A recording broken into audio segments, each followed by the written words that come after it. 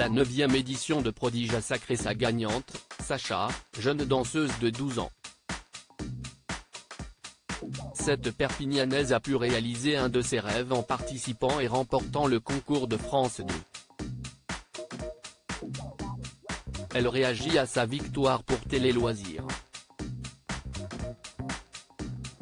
Ils étaient 15 lors de la demi-finale de Prodige diffusée le 22 décembre sur France 2. 15 enfants et adolescents animés par la même passion pour leur art, la danse, le chant ou la pratique d'un instrument. Parmi eux, Sacha, 12 ans, a été la reine du bal. Sacrée par Marie-Claude Pietragala, Julie Fuchs et Gauthier Capuçon, les 3 membres du jury, elle devient la 2e danseuse à remporter le titre, après Melvin en 2015. Pour Télé Loisirs, elle revient sur cette soirée du 29 décembre qui restera gravée dans sa mémoire. Je ne pensais pas du tout que ça allait être moi Télé Loisirs, que vas-tu ressenti lorsque Faustine Bollard, l'animatrice, a prononcé ton prénom ? Sacha, j'étais sous le choc et sur un petit nuage.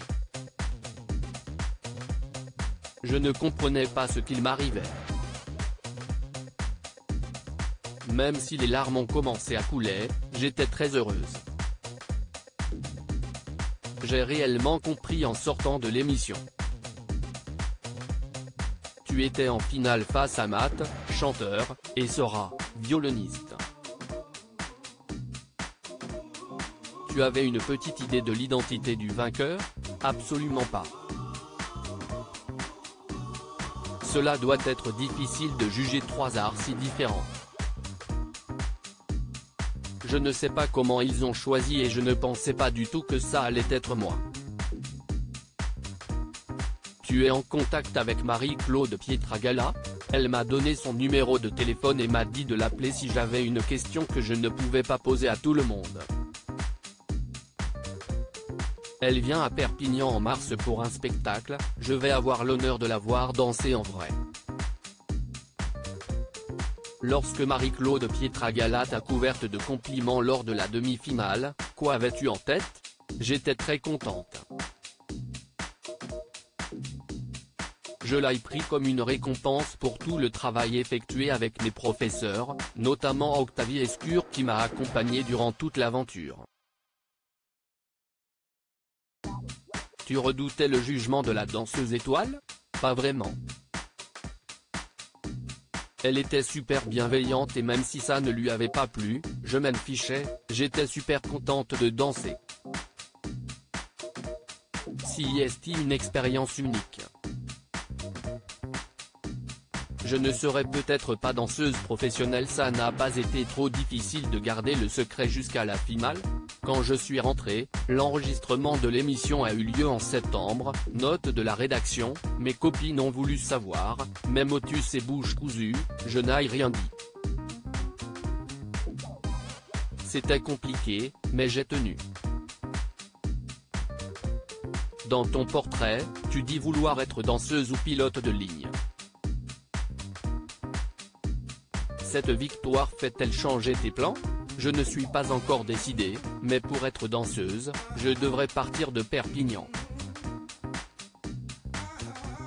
L'éloignement avec ma famille est compliqué pour moi.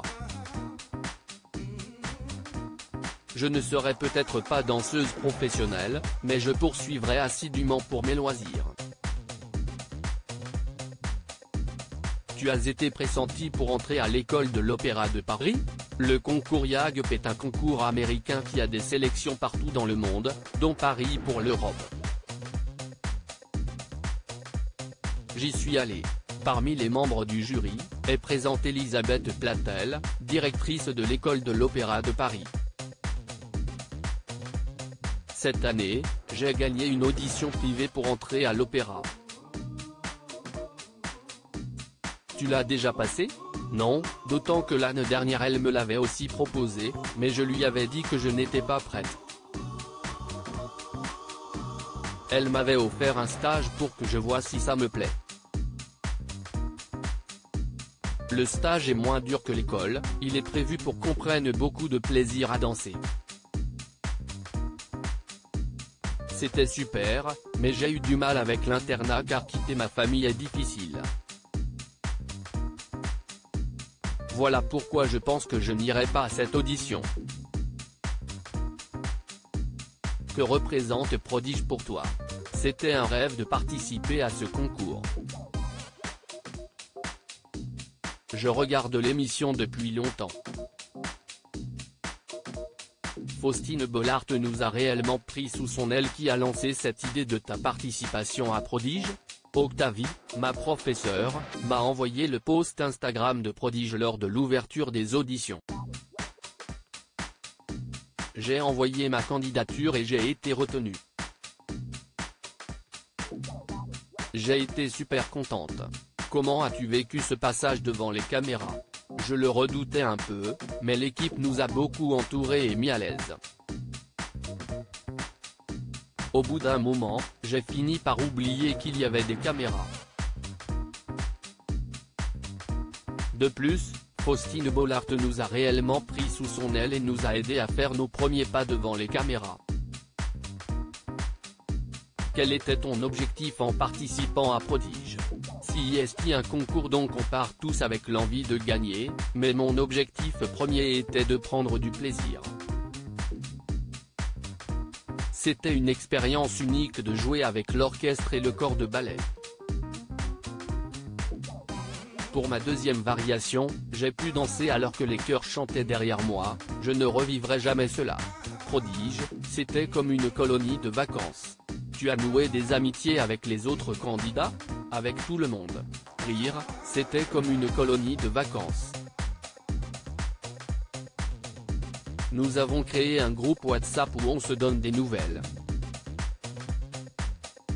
Nous avons échangé durant la diffusion de l'émission. Hors concours, tes entraînements représentent combien d'heures par semaine? Environ 10 heures. Je suis dans un collège à Perpignan qui propose un cursus aménagé. 2 jours par semaine je quitte les cours à 15 h pour rejoindre mon école, Synopsis. Tu as gagné une bourse d'études de 10 000 €. Que vas-tu faire de cette somme? Participer à des stages, des concours et acheter du matériel, les protections pour les pieds, les pointes. Nous avons découvert ta solution étonnante pour déstresser, faire la planche.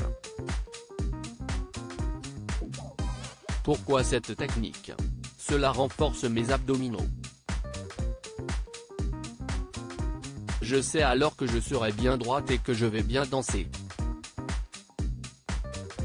Cela fait redescendre mon stress. À lire aussi Prodige, que devient le clarinettiste Simon Lopez, gagnant de la saison 8,